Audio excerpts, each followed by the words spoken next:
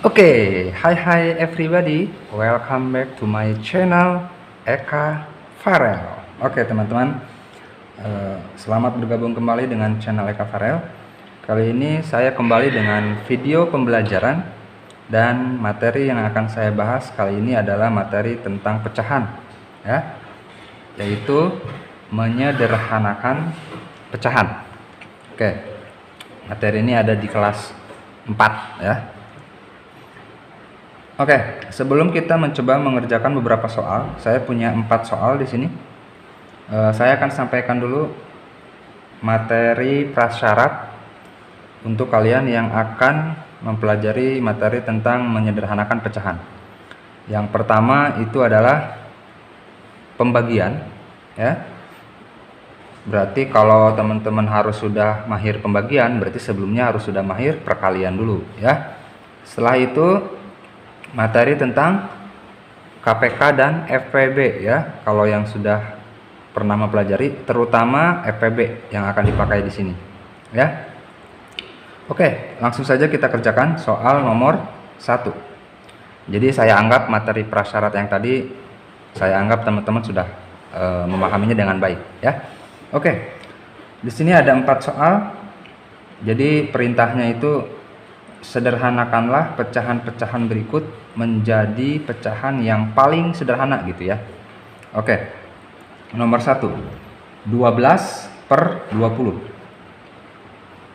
Saya ingatkan kembali, 12 atau yang letaknya ada di atas itu disebut pembilang, lalu 20 yang ada di bawah itu disebut penyebut, ya. Pembilang, penyebut. Untuk menyederhanakan suatu pecahan itu bisa dilakukan dengan membagi masing-masing pembilang dan penyebut dengan bilangan yang sama, ya. Jadi 12 dan 20 ini kita bagi nih dengan bilangan yang sama, ya. Dengan catatan bilangan yang sama itu bisa habis membagi dua-duanya, gitu ya. Kita coba dibagi 2 dulu, ya. Boleh ditulis di sini nih, dibagi 2, gitu ya. Dibagi 2. Jadi harus sama bilangan pembaginya, ya. Kalau pembilangnya dibagi 2, ya penyebutnya juga harus dibagi 2 juga, gitu ya. 12 dibagi 2 berapa? 6. 20 dibagi 2 10. Ini kita sudah berhasil menyederhanakan pecahan 12/20 menjadi 6/10. Pertanyaannya, 6/10 ini sudah menjadi pecahan yang paling sederhana belum? Gitu ya. Kan tadi perintahnya harus sampai menjadi pecahan yang paling sederhana. Coba, ada lagi nggak bilangan yang bisa membagi 6 dan 10? Maksudnya habis membagi, gitu ya. Ada ya, 2 kan? Kita bagi lagi 2, masih bisa nih dua-duanya. 6 dibagi 2 berapa? 3. 10 dibagi 2 5. Sekarang pecahannya menjadi 3/5. Masih ada nggak bilangan yang bisa membagi atau habis membagi 3 dan 5? Nggak ada, ya. Jadi pecahan 3/5 ini sudah menjadi pecahan yang paling sederhana dari 12/20. Jadi jawabannya pecahan sederhana dari 12/20 adalah 3/5.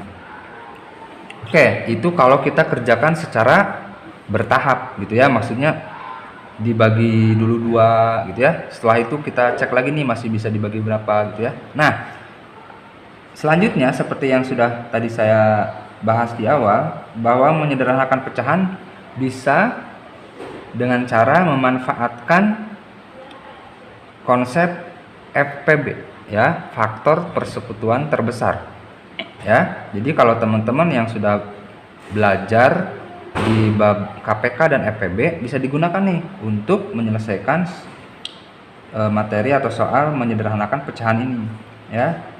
12/20.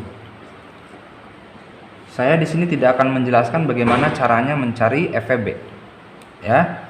Kalau teman-teman yang belum belajar atau mungkin sudah lupa, bisa dilihat di video lain di channel Eka Farel ini, video pembelajaran yang khusus membahas tentang KPK dan FPB.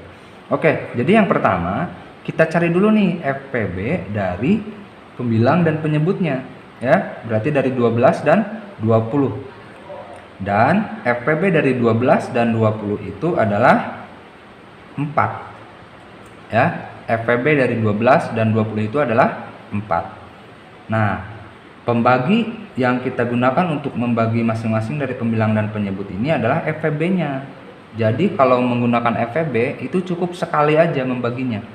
Ya, berarti ini dibagi 4, ini dibagi 4. 12 dibagi 4 itu 3, 20 dibagi 4 5. Nah, sama kan? Ya. Jadi kalau menggunakan FPB cukup satu kali pembagian. Ya, coba kita kerjakan di nomor 2 ya. 36 per 120.